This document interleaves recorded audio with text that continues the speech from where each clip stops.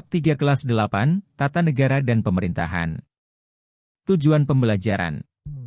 1. Peserta didik mampu menyadari pentingnya fungsi lembaga penyelenggara negara dan sistem pemerintahan dalam menjalankan negara. 2. Peserta didik mampu membedakan kewenangan pemerintahan pusat, provinsi, kabupaten dan kota. 3. Peserta didik menunjukkan sikap disiplin mematuhi peraturan daerah sebagai bentuk pengamalan ajaran agama. 4. Peserta didik menunjukkan sikap berjiwa besar sebagai meneladani sikap para pemimpin daerah swapraja. Pada pembahasan sebelumnya, kita sudah mempelajari bentuk dan kedaulatan negara. Semoga kalian semakin mengenali Indonesia, ya. Ternyata Indonesia itu luas, membentang dari Sabang sampai Merauke, kurang lebih sepanjang 5.245 km. Jika mau disepadankan, sama dengan dari Inggris di Eropa Barat sampai Turkmenistan di Asia Tengah. Bayangkan betapa panjangnya wilayah Indonesia. Kita bersyukur hingga saat ini masih utuh dalam bingkai Negara Kesatuan Republik Indonesia. Semoga tetap terjaga sampai masa yang akan datang. Nah, kali ini kita akan belajar bersama tentang tata negara dan pemerintahan. Sebagai warga negara yang baik, tentunya kalian juga perlu memahami ketatanegaraan dan pemerintahan negara Republik Indonesia. Perhatikan peta konsep berikut ini.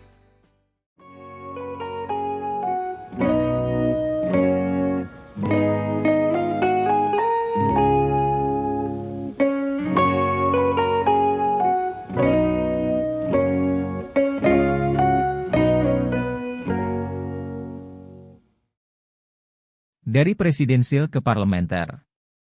Tahukah kalian, Indonesia pernah memasuki era demokrasi parlementer sejak diberlakukannya Undang-Undang Dasar Sementara, UUDS, 1950. Sistem pemerintahan negara Indonesia yang semula presidensil berubah menjadi parlementer.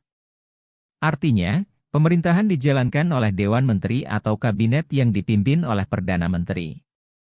Perdana Menteri dan kabinetnya bertanggung jawab kepada parlemen. Pada masa ini sering terjadi pergantian kabinet. Sistem parlementer membuat posisi kabinet rentan dijatuhkan oleh parlemen. Hal ini terbukti dengan terjadinya 8 kali pergantian kabinet dalam rentang waktu 1950 hingga 1959. Mulai kabinet pertama yang dipimpin oleh Perdana Menteri M. Natsir, 6 September 1950 hingga 21 Maret 1951, berakhir pada Kabinet Juanda, 9 April 1957 hingga 5 Juli 1959. Sistem parlementer juga menjadikan posisi wakil presiden menjadi tidak terlalu terlihat perannya. Inilah salah satu yang menyebabkan Wakil Presiden Muhammad Hatta mengundurkan diri sebagai Wakil Presiden Republik Indonesia. Pada 1 Desember 1956, DPR secara resmi mengabulkan pengunduran diri Wakil Presiden Muhammad Hatta. Sejak saat itu, Presiden Soekarno tidak didampingi Wakil Presiden dalam memimpin negara Republik Indonesia hingga akhir periode kepemimpinannya. Menurut kalian, mengapa sistem pemerintahan parlementer tidak cocok bagi Indonesia? Bacalah data-data sejarah, lalu tuliskan analisis kalian dan diskusikan dalam kelompok. Sajikan dalam bentuk presentasi PowerPoint, Prezi, atau catatan diskusi kalian. Kemudian, presentasikan di depan kelas secara bergantian. Berikan tanggapan atas presentasi setiap kelompok. A. Lembaga penyelenggara negara.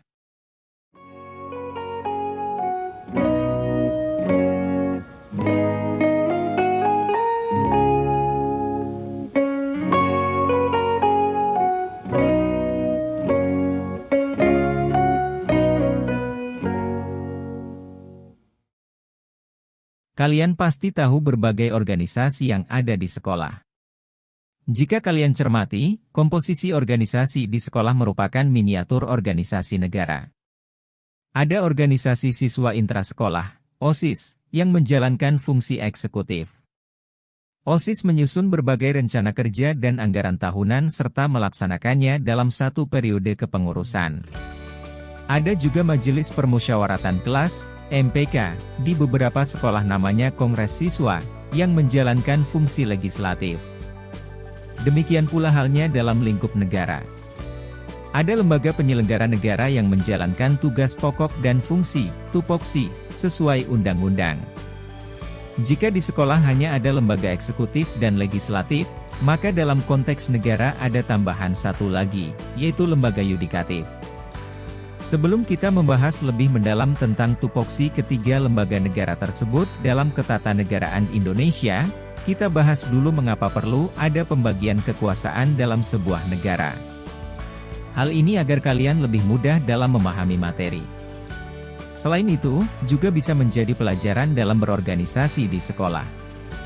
Dalam perjalanan sejak kemerdekaannya, bangsa Indonesia pernah dipimpin oleh pemerintahan yang berlangsung cukup lama. Pertama masa Orde Lama dan kedua masa Orde Baru. Pada dua masa pemerintahan ini, kekuasaan eksekutif sangat besar dan luas. Lembaga legislatif dan yudikatif kurang menjalankan tupoksi sebagaimana mestinya. Keduanya terlemahkan oleh kekuasaan eksekutif dan kehilangan independensinya. Akibatnya, pemerintahan menjadi tidak sehat. Kekuasaan eksekutif menjadi sangat kuat. Karena, tidak ada fungsi check and balances, mengawasi dan mengimbangi. Menurut Mahfud MD, salah satu kelemahan dari Undang-Undang Dasar Negara Republik Indonesia tahun 1945 sebelum amandemen adalah tidak adanya mekanisme check and balances. Lembaga eksekutif, Presiden, menjadi pusat kekuasaan dengan berbagai hak prerogatif. Presiden, dalam kegentingan yang memaksa, berhak mengeluarkan peraturan pemerintah pengganti undang-undang, Perpu. Masalahnya, tidak ada kriteria yang jelas. Apa yang dimaksud dan indikator kegentingan yang memaksa? Masih menurut Mahfud, UUD NRI tahun 1945 juga tidak mengatur mekanisme judicial review. Padahal, seringkali lahir produk legislatif yang dipersoalkan konsistensinya dengan UUD karena lebih banyak didominasi oleh keinginan-keinginan politik dari pemerintah. Karena itulah, dilakukan amandemen Undang-Undang Dasar 1945. Salah satu pembahasan amandemen UUD NRI tahun 1945 mengenai distribution of power, pembagian kekuasaan, antara eksekutif, legislatif, dan yudikatif dengan prinsip check and balances. Dalam hukum ketatanegaraannya, Indonesia lebih dekat kepada pembagian kekuasaan daripada pemisahan kekuasaan. Kekuasaan didistribusikan menjadi tiga lembaga negara, yaitu legislatif, eksekutif, dan yudikatif.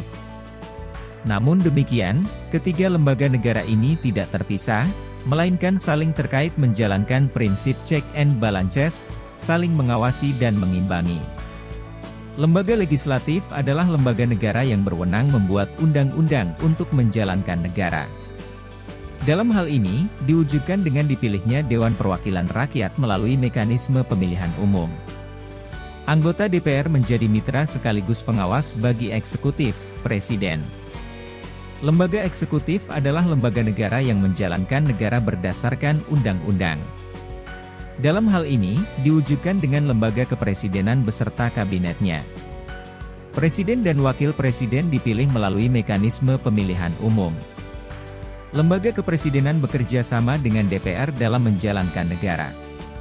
Misalnya, dalam penyusunan dan pengesahan anggaran pendapatan dan belanja negara, APBN.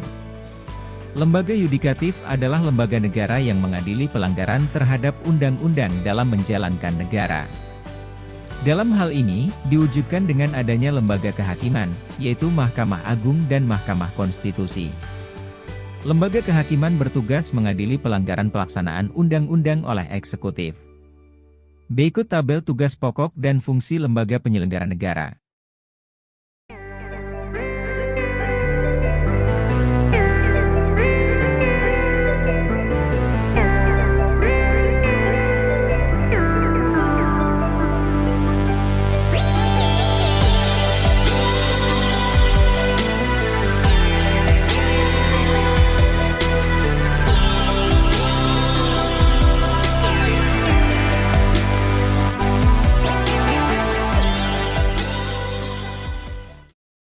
Nah, setelah mempelajari penjelasan tadi, kalian bisa menerapkannya dalam kehidupan organisasi di sekolah. Kegiatan kesiswaan di sekolah tidak akan berjalan baik dan mencapai tujuan tanpa ada sinergi dari OSIS dan MPK. OSIS mesti mampu menyerap aspirasi para siswa yang disampaikan melalui MPK. Berdasarkan inputan tersebut, OSIS bisa merancang program kerja yang tepat sasaran dan manfaat. Kalian bisa bayangkan bila tidak ada sinergi antara OSIS dan MPK, apa yang akan terjadi? OSIS merasa telah merancang program kerja yang bermanfaat dan sesuai kebutuhan, tetapi para siswa merasa itu tidak sesuai dengan aspirasi mereka. Akibatnya, tujuan bersama organisasi sekolah tidak tercapai. Karenanya, pelajaran penting dari materi ini adalah lembaga legislatif, eksekutif, dan yudikatif mesti bekerja dalam kerangka sinergi. Pembagian kekuasaan bukan bermakna pemisahan kekuasaan. Pembagian kekuasaan bermakna adanya tupoksi masing-masing dalam menjalankan negara, tetapi dalam bingkai kelembagaan negara yang mesti bersinergi untuk mencapai tujuan berbangsa dan bernegara. Inilah pentingnya keberadaan lembaga legislatif, eksekutif, dan yudikatif dalam sebuah negara. Dengan bimbingan guru kalian, lakukanlah simulasi pemilihan umum, pemilu. Siapkanlah alat-alat yang dibutuhkan, seperti kotak suara, kertas suara, bilik suara, dan lainnya. Kalian bisa memanfaatkan kardus bekas untuk membuatnya. Tentukan yang bertugas sebagai Komisi Pemilihan Umum, KPU. KPU bertugas mengawal jalannya simulasi pemilu. Rekam kegiatan ini dan unggah pada akun YouTube kalian. Bila tidak memungkinkan, buatlah dalam bentuk reportase. Kemudian, tempelkan pada mading sekolah. B. Sistem pemerintahan.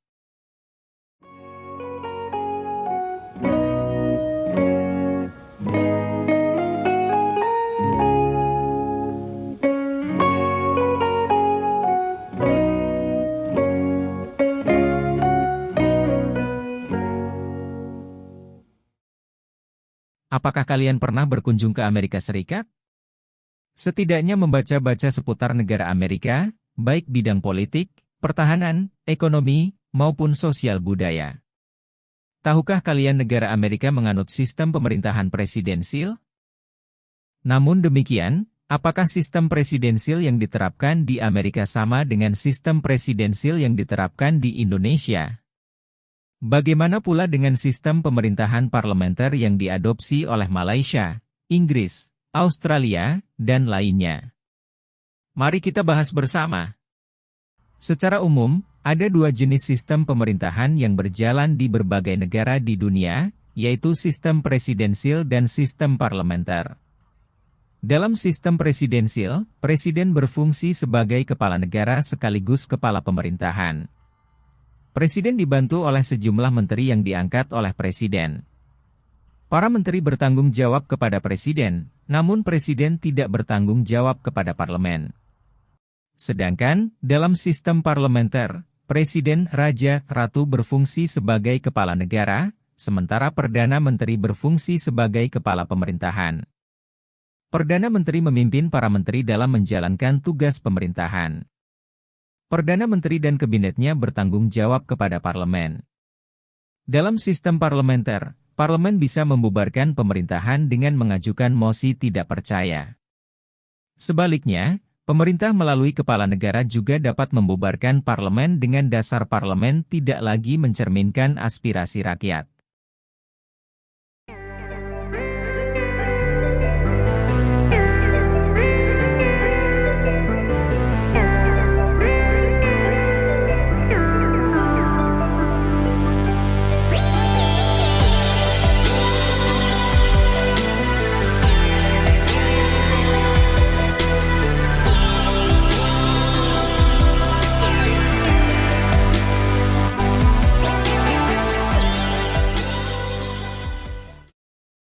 Pemerintahan dengan mengajukan mosi tidak percaya.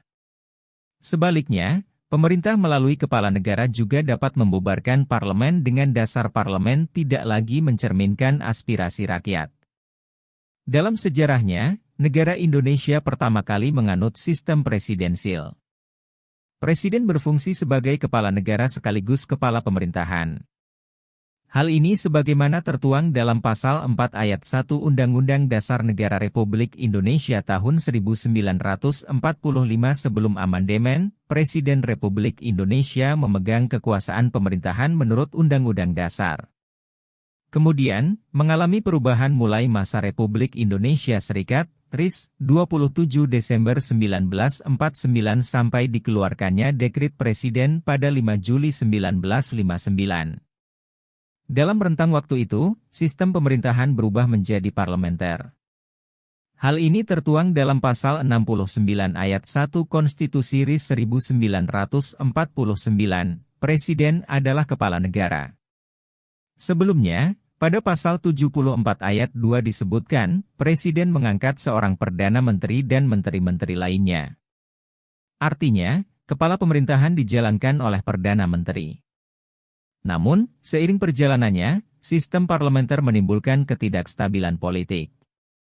Hal ini ditandai dengan sering bergantinya kabinet. Kalian bisa bayangkan dalam kurun waktu itu terjadi 8 kali pergantian kabinet. Kemudian, pada 5 Juli 1959, keluarlah Dekrit Presiden. Dengan keluarnya Dekrit Presiden, maka sistem pemerintahan negara Indonesia kembali menganut sistem presidensil. Nah, bagaimana dengan sekarang? Apakah sistem pemerintahan Indonesia masih menganut presidensil? Jika kita cermati, negara Indonesia tidak sepenuhnya menganut sistem presidensil, sebagaimana Amerika Serikat. Ada beberapa penyesuaian yang dilakukan. Ada sisi parlementer yang diadaptasi. Menurut Syamsul Bachri, dalam jurnal Konsep Pemerintahan Indonesia menurut UDNRI tahun 1945 yang dikutip oleh Daniel Susilo, istilah yang sering digunakan adalah sistem presidensil konstitusional. Menurutnya, sistem presidensil konstitusional adalah kekuasaan pemerintahan presiden diatur dalam Undang-Undang Dasar, baik dalam kapasitasnya sebagai kepala pemerintahan maupun sebagai kepala negara. Syamsul mendasarkannya pada rumusan Pasal 4 Ayat 1 UDNRI tahun 1945, Presiden Republik Indonesia memegang kekuasaan pemerintahan menurut Undang-Undang Dasar.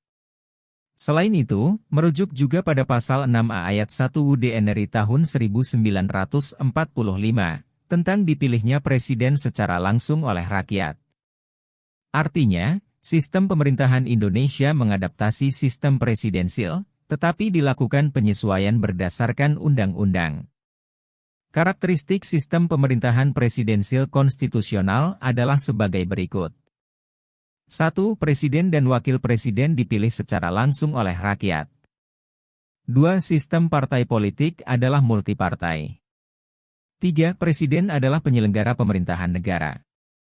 4. Presiden dan atau wakil presiden hanya dapat diberhentikan dalam masa jabatannya oleh parlemen jika terbukti melanggar hukum.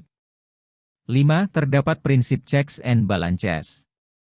6. Presiden memiliki kewenangan menerbitkan peraturan pemerintah untuk menjalankan undang-undang, mengajukan dan mengesahkan ataupun tidak mengesahkan rancangan undang-undang dan atau undang-undang. 7. Presiden bertanggung jawab kepada konstitusi. 8. Presiden tidak dapat membubarkan parlemen. 9. Pembatasan kekuasaan presiden dalam menjalankan pemerintahan bukan hanya terhadap masa jabatannya, tetapi juga pada kewenangannya dalam menjalankan pemerintahan negara. 10. Presiden adalah eksekutif tunggal. 11. Parlemen memiliki hak angket dan hak interpelasi guna mengawasi pemerintahan, kabinet, dalam melaksanakan kebijakan publik. Sementara itu, Jimli Asidiki menyatakan terdapat 9 karakter sistem pemerintahan presidensil, yaitu sebagai berikut. 1. Terdapat pemisahan kekuasaan yang jelas antara kekuasaan eksekutif dan legislatif. 2. Presiden merupakan eksekutif tunggal. Kekuasaan eksekutif presiden tidak terbagi dan yang ada hanya presiden dan wakil presiden saja. 3. Kepala pemerintahan adalah sekaligus kepala negara atau sebaliknya kepala negara adalah kepala pemerintahan. 4. Presiden mengangkat para menteri sebagai pembantu atau sebagai bawahan yang bertanggung jawab kepadanya. 5. Anggota parlemen tidak boleh menduduki jabatan eksekutif dan demikian pula sebaliknya.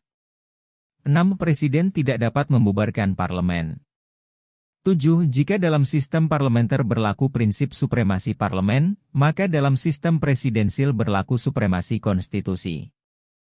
Karena itu, pemerintahan eksekutif bertanggung jawab kepada konstitusi. 8. Eksekutif bertanggung jawab langsung kepada rakyat yang berdaulat. 9. Kekuasaan tersebar secara tidak terpusat seperti dalam sistem parlementer yang terpusat pada parlemen. Dengan kesembilan prinsip sistem presidensil ini, menurut Jimli Asidiki, pasca perubahan UUD NRI tahun 1945, sistem pemerintahan presidensil yang diterapkan Indonesia dapat dikatakan lebih murni. Presiden Republik Indonesia adalah kepala negara sekaligus kepala pemerintahan dengan tugas dan wewenangnya masing-masing menurut Undang-Undang Dasar.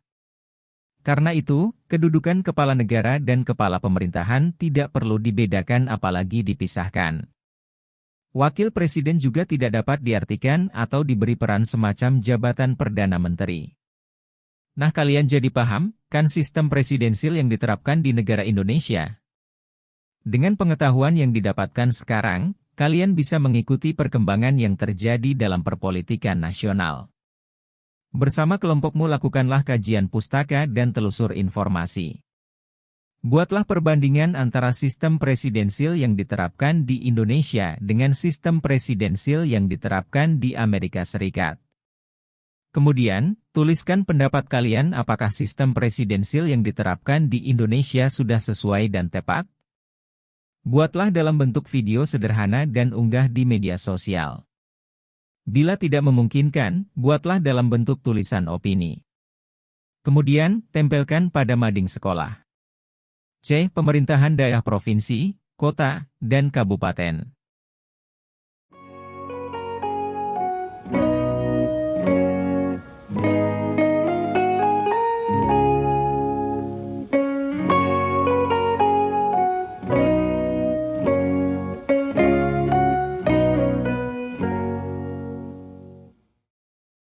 Jika diibaratkan sebuah keluarga, dalam sebuah keluarga ada orang tua dan beberapa anak. Setiap anak memiliki hak dan kewajibannya masing-masing. Namun, setiap anak terikat dan tergabung dalam satu keluarga yang sama. Nah, jika kita tarik dalam konteks negara, kalian pasti tahu negara Indonesia terdiri atas berbagai provinsi. Dalam setiap provinsi, terdapat beberapa kota dan kabupaten. Nah, bagaimanakah relasi antara pemerintahan pusat dengan pemerintahan daerah? Bagaimana posisi pemerintahan daerah dalam ketatanegaraan Indonesia? Inilah yang akan kita pelajari bersama. Gelombang reformasi tak bisa dibendung pada 1998. Pasca reformasi yang mengakhiri era Orde Baru, semangat daerah untuk memperoleh haknya demikian menguat. Ada yang menyuarakan untuk mengubah bentuk negara dari kesatuan menjadi federal. Ada yang menuntut sebagai daerah otonom. Ada juga yang menuntut otonomi khusus. Bahkan, ada yang sampai menyuarakan keinginan memisahkan diri dari Negara Kesatuan Republik Indonesia. Selama kurang lebih 32 tahun masa Orde Baru, sistem yang diterapkan adalah sentralisasi. Pemerintahan pusat sangat dominan, sementara pemerintahan daerah perannya terpinggirkan. Ketika reformasi bergulir, momentum tersebut dimanfaatkan daerah untuk menuntut hak-haknya. Merespons tuntutan tersebut, Presiden B.J. Habibie segera menyusun dan mengeluarkan rancangan undang-undang, RUU, tentang pemerintah daerah. RUU ini kemudian dibahas dan disahkan oleh DPR menjadi UU Nomor 22 Tahun 1999 tentang Pemerintah Daerah dan UU Nomor 25 Tahun 1999 tentang Perimbangan Keuangan. Kelahiran UU Nomor 22 Tahun 1999 memiliki semangat memberikan otonomi kepada daerah. Penyelenggaraan otonomi daerah dilaksanakan dengan memberikan kewenangan yang luas, tetapi bertanggung jawab. Otonomi daerah juga mengatur pembagian dan pemanfaatan sumber daya nasional yang berkeadilan, serta perimbangan keuangan pusat dan daerah. Penyelenggaraan otonomi daerah juga dilaksanakan dengan prinsip-prinsip demokrasi, peran serta masyarakat, pemerataan, keadilan, serta memperhatikan potensi dan keanekaragaman masing-masing daerah. Namun demikian, otonomi daerah harus tetap ditempatkan dalam kerangka negara kesatuan. Otonomi daerah berbeda dengan negara bagian dalam negara federal. Dalam negara kesatuan, tidak ada negara dalam negara. Pada perkembangan selanjutnya, UU Nomor 22 Tahun 1999 disempurnakan dengan terbitnya UU Nomor 32 Tahun 2004. Prinsip-prinsip penyelenggaraan pemerintahan daerah dalam UU Nomor 32 Tahun 2004 adalah sebagai berikut. 1. Otonomi daerah diterapkan dalam asas desentralisasi, dekonsentrasi, dan tugas pembantuan. 2. Penyelenggaraan asas desentralisasi secara utuh dilaksanakan di ranah kabupaten dan kota. 3. Asas tugas pembantuan dilaksanakan di daerah provinsi, daerah kabupaten, daerah kota, dan desa. 4. Desentralisasi adalah penyerahan wewenang pemerintahan pusat kepada pemerintah daerah otonom untuk mengatur dan mengurus urusan pemerintahan dalam sistem Negara Kesatuan Republik Indonesia, NKRI. Namun kemudian, UU Nomor 32 Tahun 2004 juga mengalami penyesuaian dan direvisi dengan disahkannya UU Nomor 23 Tahun 2014 tentang pemerintahan daerah. UU Nomor 32 Tahun 2004 dinilai tidak relevan lagi dengan perkembangan keadaan, ketatanegaraan, dan tuntutan penyelenggaraan pemerintahan daerah. UU Nomor 23 Tahun 2014 membagi urusan pemerintahan menjadi 3, yakni urusan pemerintahan absolut, urusan pemerintahan konkuren, dan urusan pemerintahan umum. Urusan pemerintahan absolut adalah urusan pemerintahan yang sepenuhnya menjadi kewenangan pemerintah pusat. Karenanya, tidak ada hubungannya dengan otonomi atau desentralisasi. Ruang lingkup yang menjadi urusan pemerintah pusat diterangkan dalam pasal 10 ayat 1, yaitu agama, pertahanan, keamanan, justisi, politik luar negeri, moneter dan fiskal nasional. Urusan pemerintahan konkuren adalah urusan pemerintahan yang dibagi antara pemerintah pusat dan pemerintah daerah provinsi dan kabupaten, kota. Urusan konkuren dibagi menjadi urusan pemerintahan wajib dan urusan pemerintahan pilihan. Urusan pemerintahan wajib adalah urusan pemerintahan yang wajib diselenggarakan oleh semua daerah. Ruang lingkupnya meliputi pelayanan dasar dan non-pelayanan dasar, sebagaimana diterangkan dalam pasal 12 ayat 1, 2, dan 3. Ruang lingkup pelayanan dasar meliputi pendidikan, kesehatan, pekerjaan umum dan penataan ruang, perumahan rakyat dan kawasan permukiman, ketenteraman, ketertiban umum, dan perlindungan masyarakat, sosial. Sementara, ruang lingkup non-pelayanan dasar meliputi tenaga kerja, pemberdayaan perempuan dan perlindungan anak, pangan, pertanahan, lingkungan hidup, administrasi kependudukan dan pencatatan sipil, pemberdayaan masyarakat dan desa, pengendalian penduduk dan keluarga berencana, perhubungan, komunikasi dan informatika, koperasi, usaha kecil dan menengah, penanaman modal, kepemudaan dan olahraga, statistik, persandian, kebudayaan, dan perpustakaan. Pembagian urusan pemerintahan konkuren antara pemerintah pusat dan daerah provinsi serta daerah kabupaten, kota didasarkan pada prinsip akuntabilitas, efisiensi, eksternalitas, dan kepentingan strategis nasional. Berikut kriteria-kriteria urusan pemerintahan pusat, daerah provinsi, dan daerah kabupaten, kota. Kriteria urusan pemerintahan yang menjadi kewenangan pemerintah pusat adalah sebagai berikut. 1. Urusan pemerintahan yang lokasinya lintas daerah provinsi atau lintas negara. 2. Urusan pemerintahan yang penggunanya lintas daerah provinsi atau lintas negara. 3. Urusan pemerintahan yang manfaat atau dampak negatifnya lintas daerah provinsi atau lintas negara. 4. Urusan pemerintahan yang penggunaan sumber dayanya lebih efisien apabila dilakukan oleh pemerintah pusat. 5. Urusan pemerintahan yang peranannya strategis bagi kepentingan nasional. Kriteria urusan pemerintahan yang menjadi kewenangan pemerintah daerah provinsi adalah sebagai berikut. 1. Urusan pemerintahan yang lokasinya lintas daerah kabupaten kota. 2. Urusan pemerintahan yang penggunanya lintas daerah kabupaten kota. 3. Urusan pemerintahan yang manfaat atau dampak negatifnya lintas daerah kabupaten kota. 4. Urusan pemerintahan yang penggunaan sumber dayanya lebih efisien apabila dilakukan oleh daerah provinsi. Kriteria urusan pemerintahan yang menjadi kewenangan pemerintah daerah kabupaten kota adalah sebagai berikut. 1. Urusan pemerintahan yang lokasinya dalam daerah kabupaten kota. 2. Urusan pemerintahan yang penggunanya dalam daerah kabupaten kota.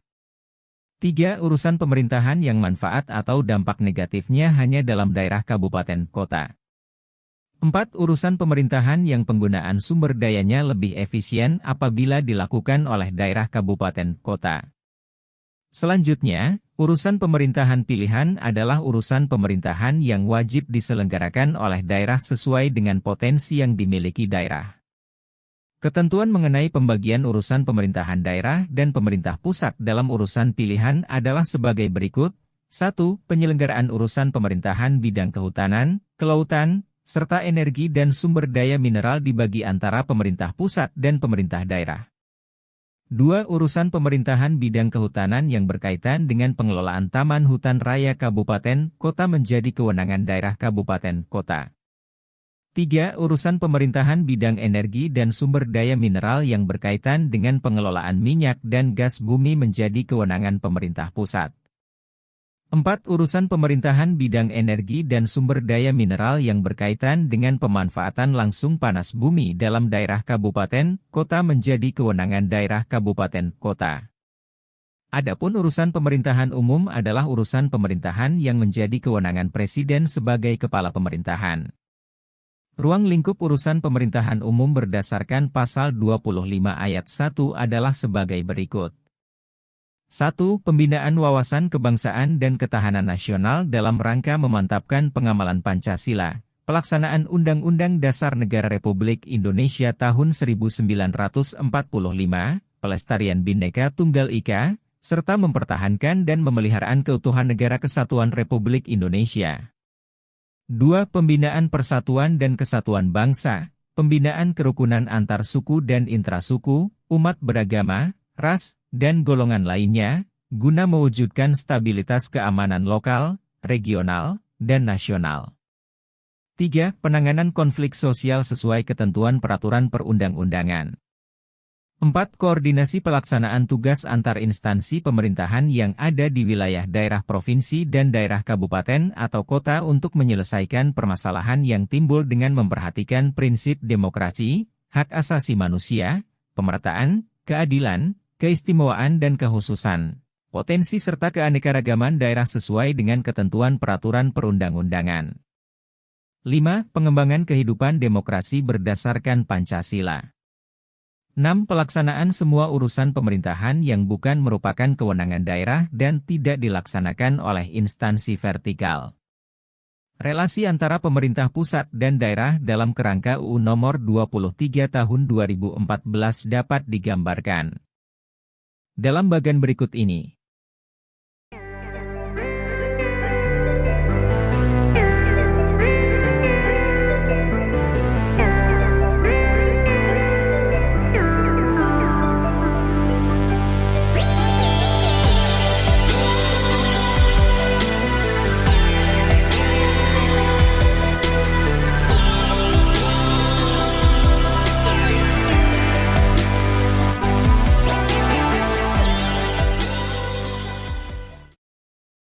Nah, apakah kalian tinggal di wilayah kabupaten atau kota? Baik tinggal di wilayah kabupaten ataupun kota, sebagai warga negara yang baik, kalian mesti mematuhi peraturan-peraturan daerah yang berlaku, misalnya dalam tertib berlalu lintas. Peraturan lalu lintas dibuat dan diterapkan agar terwujud ketertiban dalam berlalu lintas dan terjaga keselamatan pengguna jalan. Karena itu, kalian mesti menunjukkan sikap disiplin dalam menaati tata tertib berlalu lintas. Beberapa contoh tertib berlalu lintas di antaranya adalah sebagai berikut. 1. Menyeberang di jembatan penyeberangan atau di zebra cross. 2. Tidak menyerobot lampu merah. 3. Tidak mengendarai kendaraan dengan kecepatan tinggi. 4. Berkendara di lajur jalan yang benar, tidak zigzag dalam berkendara, bergonta-ganti lajur. 5. Menggunakan helm bagi pengendara motor. 6. Mengenakan sabuk keselamatan bagi pengendara mobil. 7. Tidak menyalip kendaraan dari sebelah kiri jalan.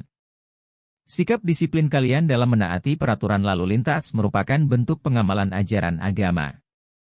Karena, agama mengajarkan pemeluknya agar tertib berlalu lintas dan menjaga keselamatan nyawa. Bahkan, agama juga mengajarkan agar kita menyingkirkan duri dari jalan. Artinya, kita tidak boleh membuang benda sembarang di tengah jalan yang bisa membahayakan pengguna jalan. Misalnya, membuang batu di tengah jalan karena bisa menyebabkan pengendara motor tergelincir dan terjatuh. Sebuah kabupaten memiliki masalah rendahnya mutu pendidikan. Banyak lulusan SMA di kabupaten tersebut yang kalah bersaing untuk masuk perguruan tinggi negeri di kota. Sementara, pada sisi lain kabupaten tersebut juga memiliki masalah rendahnya layanan kesehatan ibu dan anak.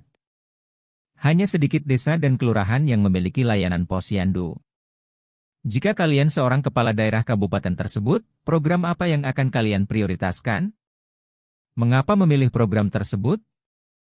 Buatlah jawabanmu dalam bentuk rekaman video, atau bila tidak memungkinkan, buatlah dalam bentuk tulisan opini. Kemudian, tempelkan pada mading sekolah. D. Pemerintahan Daerah Istimewa.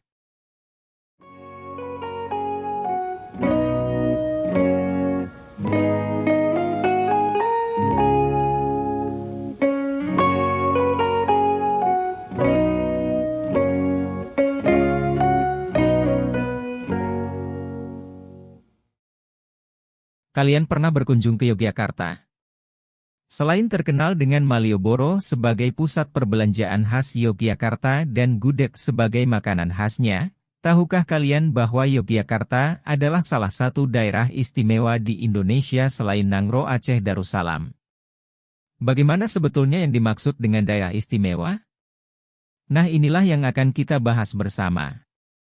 Ketentuan tentang daerah istimewa diatur dalam Pasal 18B Ayat 1 UUD NRI tahun 1945, negara mengakui dan menghormati satuan-satuan pemerintahan daerah yang bersifat khusus atau bersifat istimewa yang diatur dengan undang-undang.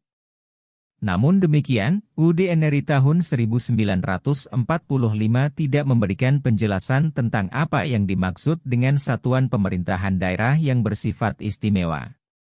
Dalam UU Nomor 23 Tahun 2014 tentang pemerintahan daerah, juga tidak ditemukan apa yang dimaksud dengan pemerintahan daerah yang bersifat istimewa.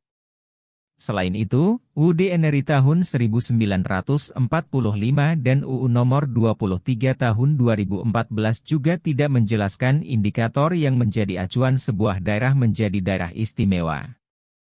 Keduanya juga tidak menjelaskan pada level pemerintahan apa sebuah daerah bisa menyandang daerah istimewa. Karena itu, untuk memahami apa yang dimaksud daerah istimewa dalam pasal tersebut, mesti menggunakan pendekatan sejarah. Sejarah menjelaskan bahwa daerah istimewa merupakan daerah yang asal mulanya berbentuk kerajaan, kesultanan, daerah swapraja. Daerah swapraja adalah daerah otonom dalam lingkungan susunan pemerintahan Hindia Belanda.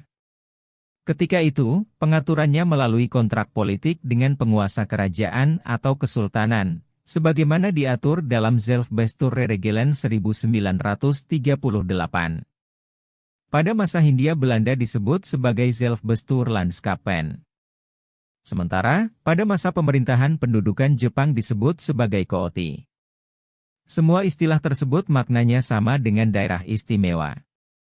Pada saat pengesahan UUD NRI tahun 1945 oleh PPKI pada 18 Agustus 1945, Soepomo memberikan penjelasan tentang maksud ketentuan pasal 18 UUD NRI tahun 1945. Ia menyatakan, dan adanya daerah-daerah istimewa diindahkan dan dihormati, kooti-kooti, sultanat-sultanat tetap ada dan dihormati susunannya yang asli. Akan tetapi, itu keadaannya sebagai daerah, bukan negara, Jangan sampai ada salah paham dalam menghormati adanya daerah Zelfbesturende Landskapen, itu bukan negara, sebab hanya ada satu negara. Jadi, Zelfbesturende Landskapen hanyalah daerah saja, tetapi daerah istimewa, yaitu yang mempunyai sifat istimewa. Jadi, daerah-daerah istimewa itu suatu bagian dari staat Indonesia, tetapi mempunyai sifat istimewa, mempunyai susunan asli. Kemudian, secara bertahap melalui proses diskusi yang panjang, para pemimpin daerah Swapraja tersebut dengan besar hati bergabung dengan negara Republik Indonesia dalam bingkai negara kesatuan. Salah satu di antaranya adalah Sultan Syarif Qasim II dari Kesultanan Siak Sri Indrapura. Pada 28 November 1945, Sultan Syarif Qasim II mengirimkan pernyataan pendek kesetiaan Kesultanan Siak Sri Indrapura kepada pemerintah Republik Indonesia dan menyerahkan harta kekayaan kesultanan untuk perjuangan senilai 13 juta gulden. Inilah sikap jiwa besar para pemimpin daerah Swapraja yang mesti kalian teladani. Mereka tidak egois dengan memilih menjadi negara terpisah dari Negara Kesatuan Republik Indonesia, melainkan bergabung dengan NKRI. Bahkan, memberikan sumbangan kekayaan kerajaan atau kesultanan untuk membangun negeri Indonesia. Pada perkembangan selanjutnya, Konstitusi Republik Indonesia Serikat dan UUD 1950 juga tetap mengakui kedudukan daerah Swapraja. Pasal 64 Konstitusi RIS mengatur tentang pengakuan terhadap daerah Swapraja dan Pasal 65 mengatur tentang kedudukan daerah Swapraja. Dalam UUD 1950, kedudukan daerah Swapraja diatur dalam pasal 132 sampai pasal 133. Jadi, baik Konstitusi RIS maupun UUD 1950 mengakui daerah Swapraja. Dari rumusan antara UUD NRI tahun 1945, Konstitusi RIS, dan UUD 1950, meskipun menggunakan istilah yang berbeda, tetapi bisa dipahami daerah Swapraja yang dimaksud adalah sama dengan daerah istimewa, sebagaimana dimaksud dalam UUD NRI tahun 1945. Kedudukan daerah istimewa dalam UUD NRI tahun 1945 diatur dalam pasal 18 UUD NRI tahun 1945 yang berbunyi, pembagian daerah Indonesia atas daerah besar dan kecil, dengan bentuk susunan pemerintahannya ditetapkan dengan undang-undang, dengan memandang dan mengingat dasar permusyawaratan daripada sistem pemerintahan negara, dan hak-hak asal-usul dalam daerah-daerah yang bersifat istimewa. Dengan demikian, bisa dipahami bahwa status daerah istimewa, sebagaimana diamanatkan oleh Pasal 18b ayat 1, bersifat dinamis. Artinya, pada dasarnya tidak ada larangan dalam UUD NRI tahun 1945 jika pemerintah bersama-sama DPR menyetujui pembentukan daerah istimewa yang baru. Selain itu, satuan pemerintahan daerah untuk daerah istimewa tidak dibatasi hanya pada lingkup daerah provinsi, tetapi dapat dibentuk dalam lingkup kabupaten, kota, dan bahkan desa. Sampai saat ini, wilayah yang menyandang status daerah istimewa hanya ada dua, yaitu Provinsi Daerah Istimewa Nangro Aceh Darussalam berdasarkan UU Nomor 18 Tahun 2001 dan Provinsi Daerah Istimewa Yogyakarta berdasarkan UU Nomor 13 Tahun 2012. Dalam sebuah kecamatan, terdapat 5 desa. Ada sebuah desa yang mengajukan status desa istimewa. Aspirasi yang disampaikan adalah suksesi kepala desa tidak dilakukan melalui mekanisme pemilihan oleh warga desa, melainkan oleh para tokoh desa tersebut. Jika kalian seorang camat, keputusan apa yang akan kalian ambil terhadap aspirasi tersebut? Mengapa kalian memilih memutuskan demikian? Diskusikan bersama kelompok kalian. Sajikan hasilnya dalam format presentasi PowerPoint, Prezi, atau mind mapping, lalu presentasikan di depan kelas secara bergantian.